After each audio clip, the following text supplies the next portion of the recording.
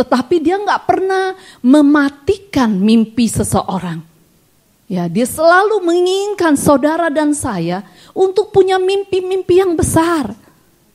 Oke, jangan settle, jangan puas hanya untuk hari ini saya begitu.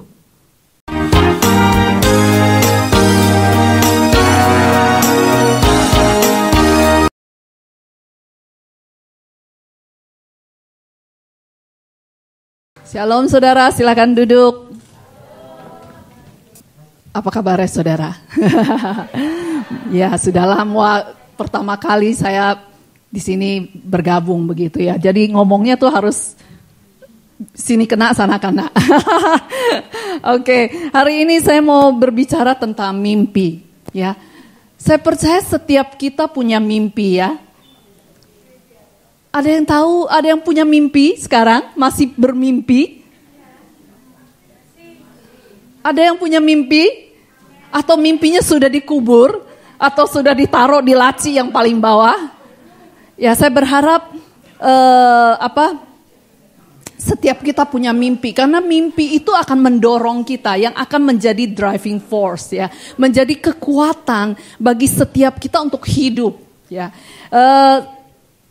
Mungkin saat ini yang merasa sudah berumur ya, seperti saya, ya saya ditegur Tuhan juga. Saya pikir udahlah nggak usah mimpi lah ya. Saya banyak mimpi saudara sebenarnya. Tapi saya pikir ya udahlah, Tuhan udah mau dateng kok gitu ya. Nggak usah lah mimpi-mimpi gitu ya, jalani aja apa yang ada. Tapi 2 minggu yang lalu, hari Rabu di menara doa pagi, Tuhan taruh impresi dalam diri saya, maksudnya berbicara dengan saya melalui Roh Kudus. Dia katakan waktunya untuk bermimpi lagi. Ya, mungkin dengan keadaan di Hong Kong ataupun keadaan kita dengan menghadapi mungkin demo yang di Hong Kong ya, 3 tahun COVID, lockdown, kita merasa hidup ini udahlah hidup aja lah seapa adanya gitu ya, hari demi hari lewat udah syukur gitu ya. Kita merasa kita udah gitu hidup apa adanya, sehingga banyak orang. Ya, saya percaya karena itu saya juga ditegur Tuhan. Saya percaya banyak dari antara kita hidup hanya melewati hari demi hari. Ya, mungkin dalam hidup saudara dulu waktu muda ataupun maksudnya sebelum melewati semuanya ini, kita punya mimpi. Ya, mimpi apa sih? Mungkin punya rumah impian, ya, punya keluarga impian. Punya pekerjaan impian. Ada yang punya mimpi untuk mendapat pekerjaan impian saudara apa? Ya, mimpi itu sebelum ini, mimpi bukan hanya tentang sesuatu yang kita waktu tidur kita mimpi. Ya, mimpi adalah seperti visi, ya. Mimpi adalah goal di dalam hidup kita, apa yang kita mau terjadi dalam hidup kita. Sehingga ada namanya rumah impian, keluarga impian, pekerjaan usaha impian gitu ya. Bahkan ada yang mempunyai impian yang besar, yang mulia, seperti bisa merindukan Tuhan melawat keluarga besar kita. Ya, kota kita, negara kita. Bahkan ada yang katakan seluruh bangsa-bangsa. Ya, saya nggak tahu itu impian apakah ada masih di saudara. Ya, wow. Oke, hari ini kita akan belajar tentang mimpi saudara. Ya, ada kutipan berkata seperti begini. Ukuran mimpi Anda harus selalu melebihi kapasitas Anda saat ini untuk mencapainya. Ya, jadi artinya mimpi kita ini harus melebihi kapasitas kita. Maksudnya jangan, ya saya bisanya begini, ya mimpi saya cuma begini aja. No, itu bukan mimpi, saudara. Ya, mimpi adalah sesuatu yang lebih besar. Ya, kalau jika impian Anda tidak membuat Anda takut, itu tidak cukup besar. Ya, jadi kalau saudara punya mimpi yang membuat saudara, wow, gitu ya. Misalnya mimpi saya ngomong di stadium, wah, ya, itu sesuatu yang menakutkan saya. Itu baru mimpi, saudara, ya. Karena untuk berdiri di sini aja kadang-kadang bisa menakutkan. Itu satu raksasa bagi saya. Jadi impian kita itu tuh harus lebih besar daripada kapasitas kita untuk mencapainya. Itu baru mimpi, ya. Nah, hidup tanpa mimpi adalah seperti burung yang patah sayapnya. Nah, burung itu harusnya apa sih, saudara? Terbang, ya. Tapi kalau burung udah patah sayapnya, apalagi yang dia tunggu? Yang dia tunggu apa? Gak ada. Tunggu hari H-nya. Ya. Begitu juga hidup tanpa mimpi bagaikan pelangi tanpa warna. Pelangi itu bagusnya karena kenapa? Karena warnanya begitu bagus ya, colorful ya, begitu seperti nih yang saya balon gas ini. Begitu indah itu baru namanya pelangi. Tetapi kalau pelangi itu hanya nggak ada, semuanya hitam, semuanya putih, itu bukan namanya pelangi. Itu namanya apa? Cuma garis-garis, ya. Oke, jadi nggak ada bagusnya lagi. Jadi hidup kita perlu ada mimpi. Seberapapun umur kita. Begitu juga manusia tanpa mimpi adalah seperti tubuh tanpa jiwa. Artinya, ya zombie loh, saudara. Tahu? Ya, hanya bangun kayak robot, ya, seperti robot, bangun, makan, kerja, tidur, bangun, makan, kerja, tidur, terus berulang-ulang. Itulah robot. Apakah hari-hari ini kita seperti itu? Bangun, kerja, cuci piring, cuci baju, ngepel, gosok, masak, tidur, balik lagi. Ya, apakah seperti itu? Kalau iya, mari kita, Tuhan katakan, inilah waktunya. Ya, waktunya untuk kita bermimpi lagi, saudara. Oke, nah di sini katakan apa tuh? Coba lihat, coba baca sama-sama. 1, 2, 3. Manusia diciptakan dengan kapasitas untuk bermimpi dan mempunyai keinginan. Oke, setiap kita tuh punya, Tuhan taruh di dalam hidup kita, punya kapasitas untuk bermimpi, untuk mempunyai keinginan. Nanti kita akan belajar, kalau yang sudah belajar KOM 200, mungkin akan flashback lagi tentang ambisi, ya. Jadi kita tuh punya kapasitas untuk bermimpi. Memang diperlukan keberanian untuk bermimpi. Ya, nggak semua orang berani bermimpi.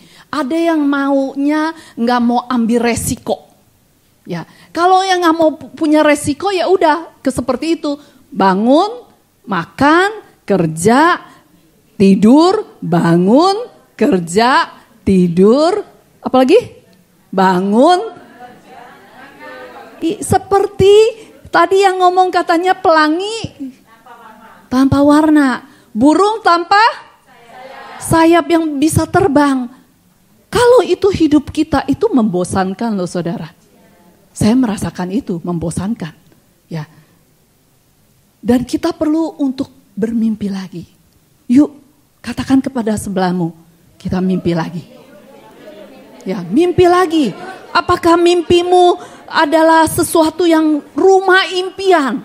Apakah mimpimu itu adalah keluarga yang unity, keluarga, sedangkan saat ini keluarga itu belum unity. Biasanya mimpi itulah sesuatu yang berlawan arah dengan saat ini, ya saudara. Makanya kita perlu bermimpi. Ya, kalau kita nggak bermimpi, hidup kita nggak ada goal, hidup kita nggak ada visi, hidup kita nggak akan ada tujuan. Kalau orang coba, saudara pernah nggak sih kalau pergi keluar rumah tanpa tujuan, saudara akan bingung naik bus nomor berapa ya? Atau pergi mau makan, perut sih rasa lapar. tapi nggak tahu mau makan apa. 1 restoran dilewatin, 2 restoran dilewatin, 3, sampai itu sering terjadi dalam hidup saya. Sering, saya lapar, tapi saya nggak tahu mau makan apa. Lihat ini kayaknya nggak kepengen, ya lihat itu, gitu. Tetapi waktu sebelum saya keluar rumah, saya udah tahu saya mau makan apa. Saya langsung tahu, oh saya naik bus apa, saya mau kemana, saya ke restoran itu, saya panggil apa. Itu akan membuat hidup saya berarti. Tetapi kalau saya tidak ada tujuan, ya, saya akan keliling-keliling tambah lapar. Ya, tambah lapar tapi nggak tahu mau makan apa. Ya, itulah tujuan kita untuk mempunyai mimpi, ya. Nah, begitu juga ada, kita tahu Yusuf, ya. Yusuf umur 17 tahun, Tuhan memberi dia mimpi. Yuk kita baca sama-sama ya. Saya harus ganti dulu ini sebentar. Kita lihat sama-sama di Kejadian 37 ayat 5 sampai 7. Yuk kita baca. 1, 2, 3. Pada suatu malam Yusuf bermimpi, dan ketika ia menceritakan mimpinya itu kepada abang-abangnya, mereka bertambah benci kepadanya. Inilah yang dikatakan Yusuf kepada mereka. Coba dengar, saya bermimpi kita semua sedang di ladang mengikat gandum. Lalu gandum saya berdiri tegak. Gandum-gandum kalian mengelilingi gandum saya, lalu sujud kepadanya. Nah, mimpi kedua ada di ayat berikutnya. Yuk kita baca sama-sama. Kemudian Yusuf bermimpi lagi, dan ia mengatakan kepada abang-abangnya, saya bermimpi lagi. Saya lihat matahari, bulan, dan 11 bintang sujud kepada saya. Mimpi itu diceritakannya pula kepada ayahnya. Dan ayahnya menegur dia. Katanya, mimpi apa itu? Kau pikir saya, ibumu, dan saudara-saudaramu akan datang dan sujud menyembah kepadamu. Ini adalah mimpi yang Tuhan berikan kepada Yusuf, ya, yang dia umur 17 tahun, yang dia nggak tahu apa-apa, dia hanya pikir hidupnya ya jadi anak kesayangan bapaknya, ya, anak kesayangan bapaknya, ya begitu aja hidup untuk kembali biasanya akan meneruskan pekerjaan atau usaha bapaknya. Tetapi apa yang Yusuf pikirkan itu berbeda dengan apa yang Tuhan inginkan. Sehingga Tuhan memberi dia mimpi. Ya, ini mimpinya benar mimpi di malam gitu ya. Nah, pada saat Yusuf ini dia memang Tuhan mempersiapkan Yusuf untuk menjadi orang kedua di negeri adikuasa. Ya, waktu itu yaitu Mesir. Tetapi karakternya Yusuf belum bisa menopang posisi yang akan Tuhan berikan kepada dia. Ya, sehingga saya percaya apa yang Yusuf alami, ya sesudah dapat mimpi itu, dia ngomongin dengan sebenarnya harusnya mimpi itu tuh kita simpen, ya, untuk kita pegang terus dan kita lakukan sampai itu kejadian baru orang lihat. Ya biasanya, nah tapi karena Yusuf masih muda, ya dia begitu polos, ya kita bisa ngomong polos juga bisa bilang naif, ya, bahwa dia membicarakannya kepada abang-abangnya, kepada bapaknya, ya sehingga itu membuat bikin kesel gitu ya. Kesel yang mereka udah sebel sama dia, suka tukang ngadu gitu ya. Nah, melalui mimpi dia, saya percaya itu juga Tuhan ikut campur. Ya, Tuhan berinisiatif membuat Yusuf bisa, bagaimana caranya Yusuf bisa ke negeri adikuasa itu? Harus punya satu cara. Ya, dan akhirnya ya cerita dari panjang ke pendek, ya dia dijual. Ya. Dijual dan itu memakan 10 tahun saudara. Ya diperkirakan 10 tahun dari dia dijual sampai dia di penjara. Nah sesudah penjara dia mengartikan mimpi ya mimpi orang lain 2 tahun lagi. Jadi kira-kira dari mimpinya sampai ke dia menjadi orang kedua di Mesir adalah 12 tahun. Ya. Nah, kadang-kadang dalam hidup kita, sebelum kita bisa mencapai mimpi kita, Tuhan tuh mau lihat kita kadang-kadang Yusuf, ya dia waktu itu sebelum mencapai apa yang menjadi mimpian dia harus menolong orang untuk mengartikan mimpi orang tersebut, yaitu 2 pegawai raja. Kalau semua tahu ceritanya, ya. Kadang-kadang di dalam kehidupan kita, sebelum kita bisa mengalami terjadi mimpi itu, kadang-kadang kita perlu menolong orang lain untuk mewujudkan mimpi dia. Tapi yang kita lihat, saya mau tunjukkan adalah waktu Yusuf menerima mimpi, mendengar mimpi kedua pegawai raja, di dalam hatinya kita bisa lihat, ya, dia nggak kepahitan, saudara. Ya, kalau orang yang kepahitan, dia akan berkata, udah jangan ngomong mimpi lagi sama saya. Tahukah engkau? Karena mimpiku, 2 mimpiku, aku ada di sini. Tapi kita nggak lihat di Alkitab, kita nggak lihat Yusuf berkata, udahlah jangan ngomong mimpi itu. Saya juga punya mimpi, saudara. Ya mungkin dia mungkin bisa ngomong, saya juga punya mimpi. Saya punya mimpi 12 orang, semua orang sujud menyembah aku. Tapi kenyataannya saya sekarang sujud menyembah orang lain. Ya, kita lihat dia nggak ada, dia nggak terlintas. Tapi kita nggak melihat di Alkitab bahwa dia melupakan mimpi itu atau tetap mengingat mimpi itu. Kita nggak lihat. Ya, kita nggak melihat dari kejadian itu. Ya, tetapi yang membuat saya kagum dan saya percaya itu karakter yang menopang Yusuf, dia bisa menjadi orang kedua. Adalah dia nggak merasa, biarpun bagaimanapun dia nggak merasa pahit hati. Bahkan sampai kakak-kakaknya datang yang ngejual dia, ya, yang datang sekarang benar-benar waktu mimpi itu terjadi, mereka sujud menyembah dia nggak langsung bilang, tuh kan, mimpi gue terjadi kan? Dia enggak loh.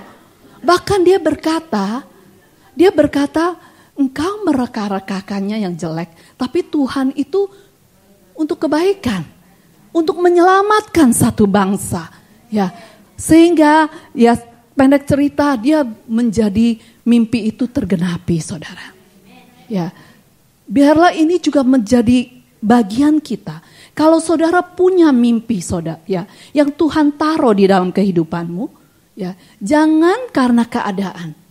Apakah itu karena sesuatu yang biasanya pasti nggak enak? Karena Tuhan sebelum melihat mimpimu terjadi, dia perlu membuat engkau karaktermu perlu diproses dulu supaya engkau kuat. Waktu engkau menjadi orang kedua atau menjadi apa yang engkau mimpikan, punya rumah sebesar 1000 meter mungkin, ya, punya keluarga yang sangat diberkati mungkin, punya pelayanan usaha yang sangat luar biasa. Tuhan pengen engkau melihat karaktermu dulu sebelum itu terjadi. Karena kalau untuk membuat impian itu menjadi kenyataan, itu gampang aja tuh, saudara. Tapi karakter itu yang susah loh. Ya, karakter bagaimana kita bisa hidup, diberkati, menjadi di atas, ya. Tapi karakter kita tetap baik, tetap bagus, itu yang menjadi masalahnya. Seringkali itu yang menjadi masalah. Ya, Tuhan Yesus juga nggak melarang, bahkan nggak inikan kita untuk tidak menjadi besar. Bahkan Tuhan Yesus pernah berkata, ya, kalau engkau percaya kepadaku, engkau akan melakukan hal-hal yang besar, melebihi apa yang aku kerjakan, kata Tuhan Yesus.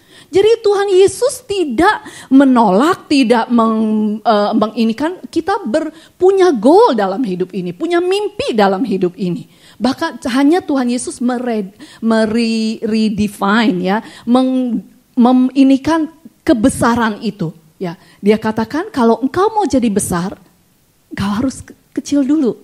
Ya, engkau mau menjadi kepala, engkau harus melayani dulu dari bawah.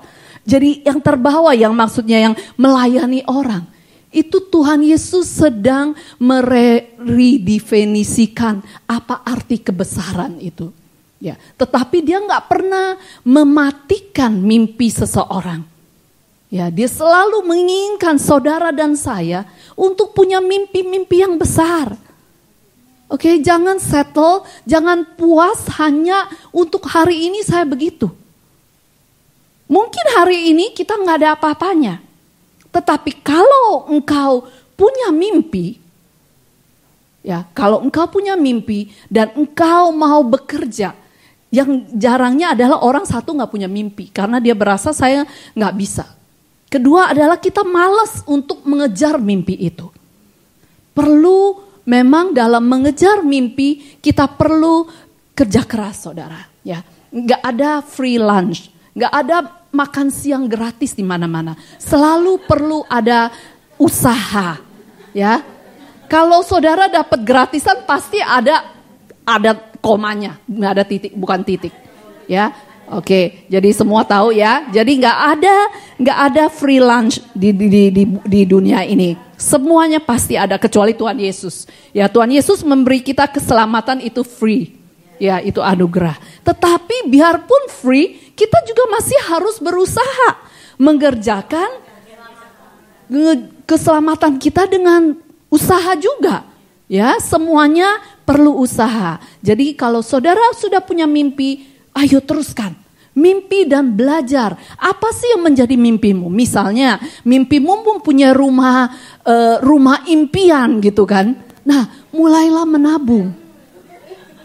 Ya, jangan hanya mimpi tapi nggak ada action. Itu cuma ngomong. Ya, banyak kali kita tuh banyak mimpi, banyak cita-cita, tetapi nggak ada aksi. Ya, sama aja. 1000 tahun pun saudara nggak akan punya itu. Ya, kalau mau punya rumah impian, saudara pakai uang hari ini ada 100 pakai 100, ada 1000 pakai 1000. 1000 tahun pun saudara rumah impiannya nggak akan jadi. Ya, apa mimpianmu? Ya, itu perlu kita usaha, perlu belajar. Misalnya Tuhan bilang, oh engkau akan berkhotbah di stadium. Mulailah sekarang belajar. Ya, banyak baca firman, baca buku. Ya. Atau berkhotbahlah dengan anjing-anjingmu. Atau berkhotbahlah dengan pohon-pohon di depan kamu. Ya, itu mulai belajar, saudara. Jangan cuman, iya Tuhan berikan saya satu mimpian, visi saya akan berkhotbah di 10.000 orang di Hong Kong Stadium. Tetapi kita diem aja. Ya, kita ketemu ngomong sama satu orang aja udah takutnya gitu ya, seperti saya. Oke, ya. Jadi kita perlu mempersiapkan diri. Nah, salahkah berambisi? Kita akan belajar di KOM, saudara. Siapa yang sudah belajar KOM 200? Oh, enggak semua ya. Oke, KOM 200 ada tuh. Salahkah berambisi? Ya, berambisi itu enggak salah, saudara. Ya, seperti kita punya kayak kemampuan makan. Ya, ada orang satu mangkok nasi masih kurang, harus 2 mangkok. Ya, nah, ada orang lain mungkin cuma setengah mangkok aja udah rasanya kenyang banget. Jadi begitu juga ambisi. Ya, oke, kita akan belajar. Salahkah berambisi? Satu adalah egosentris dengan berpusat kepada Tuhan. Apakah ambisi kita itu hanya tertuju saya, dan saya? Nah, kalau ambisimu hanya untuk saya, untuk ketenaran saya, untuk kebaikan saya, untuk keluarga saya, untuk ke ini dan itu, yang semua mencakup saya. Ataukah ambisimu ini berpusat kepada Tuhan? Ya. Untuk kemuliaan Tuhan, untuk pekerjaan Tuhan. Ya, kalau saudara punya mimpi, saudara akan dipakai Tuhan secara luar biasa. Ya, saudara lakukan itu untuk Tuhan, itu ambisi itu nggak salah. Ya. Kedua adalah motivasimu. Apa yang menjadi motivasimu berambisi? Engkau mau terkenal? Engkau mau menjadi orang kaya? Engkau mau menjadi orang dikagumi orang? Untuk supaya orang lihat siapa di aku. Ya, motivasinya. Ada yang bilang, dulu aku waktu kecil, ya nggak punya uang, diremehkan orang, nggak dianggap. Nanti ya, oke, tunggu saya jadi ya, saya akan datangin dia. Ada yang punya gitu, nggak punya rumah, nggak dikasih tinggal. Ya, nanti waktu saya umur berapa saya akan punya rumah, saya akan tunjukkan bahwa rumah saya, usaha saya. Motivasimu, ya. Kita coba cek motivasi. Kalau motivasi kita selalu lakukan hanya untuk saya, supaya saya dikenal orang, supaya saya dianggap, dipandang. Kalau diundang, diduduk di depan, nggak duduk di belakang, gitu ya. Oke, ketiga, selaraskan dengan tujuan-tujuan Tuhan. Ya, ambisimu apakah selaras dengan tujuan Tuhan? Ya, itu yang membedakan ambisi itu boleh atau tidak. Ya, apakah ada keseimbangan dalam hidupmu? Ya, ada orang yang begitu berambisi sampai dia lupa bahwa dia tuh punya keluarga, punya orang-orang yang dia perlu, ya. Biasanya ini kita lihat keseimbangan ini nggak bisa kita nilai sendiri. Biasanya harus orang lain yang menilai kita. Apakah kita dianggap orang sebagai orang yang maniak kerja, gila kerja, atau enggak? Apakah orang menilai kita gila uang? Ya, maksudnya ini uang, cinta uang atau tidak? Bukan kita yang ngomong. Ya, orang lain. Biasanya orang-orang yang paling dekat. Biasanya kan kalau kita sama orang luar, kita bisa berpura-pura. Nah, hanya orang-orang rumah, orang-orang yang dekat dengan kita yang tahu motivasi kita. Ya, itu. Apakah kita ada keseimbangan dengan dalam hidup kita? Ya, di 1 Petrus 2 ayat 11 katakan, next, yuk kita baca sama-sama yuk. 1, 2, 3.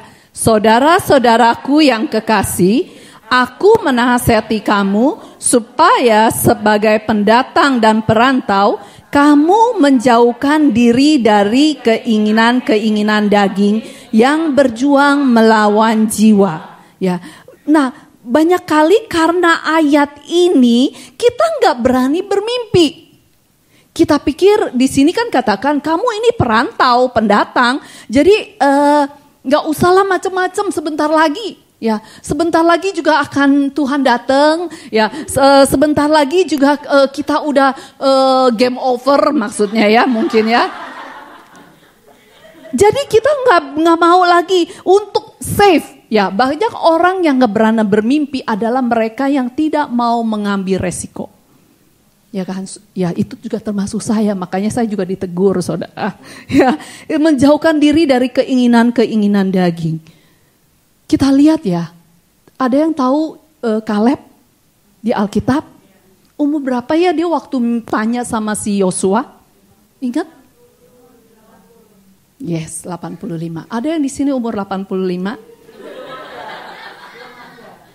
Tambah-tambah ada ya, tapi nggak ada yang 85. Kita lihat, Kaleb waktu umur 45, dia diberi satu janji, mimpi bahwa dia akan diberi satu daerah ya untuk dia. Umur 85 dia tetap pegang mimpi itu. Dia tetap megang visi dia. Dia katakan aku tetap kuat.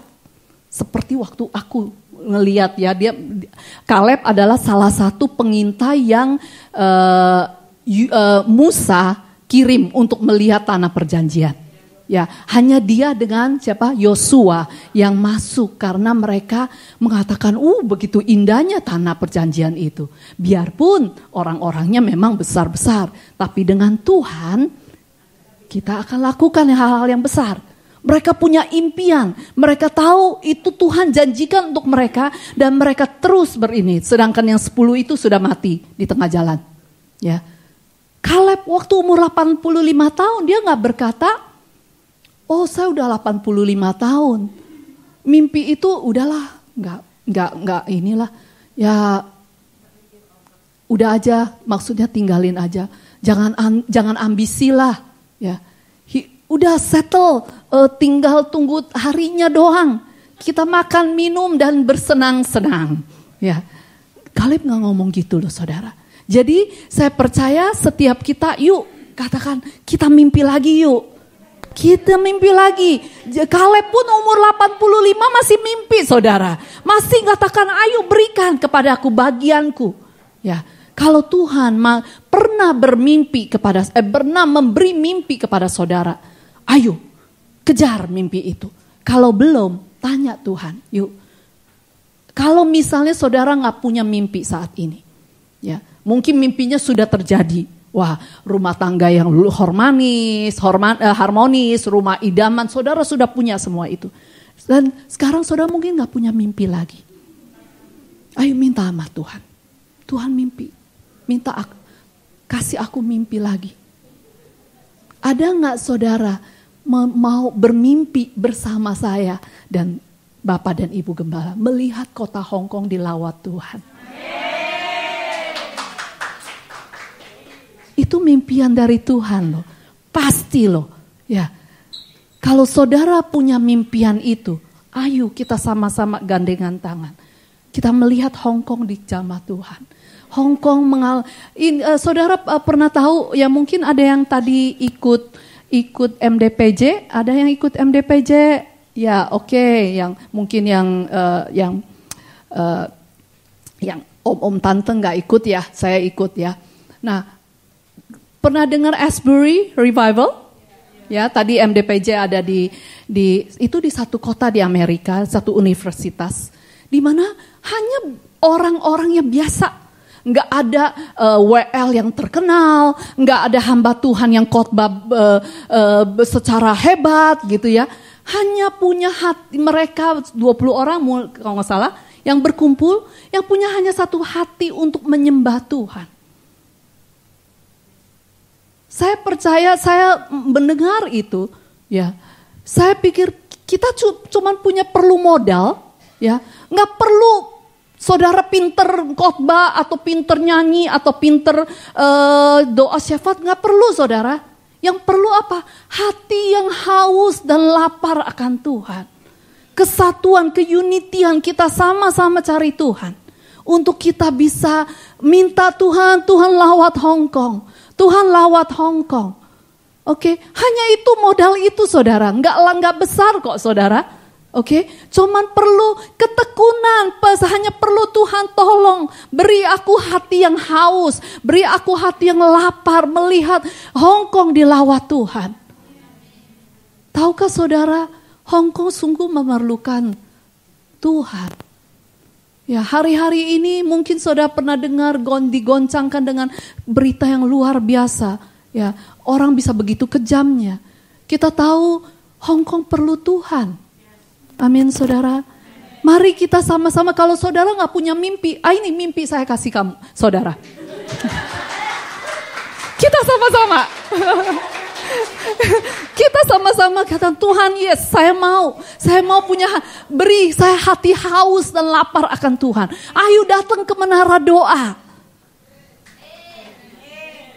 Datang ke menara doa dengan kesehatian, kita sama-sama genjot di hadapan Tuhan. Kita minta Tuhan, jangan pernah menyerah sampai Tuhan lakukan. Mereka juga gak expect tiba-tiba ada revival di Asbury. Ya, di Kentucky, kota kecil, universitas yang ya biasa-biasa aja, bukan yang hebat.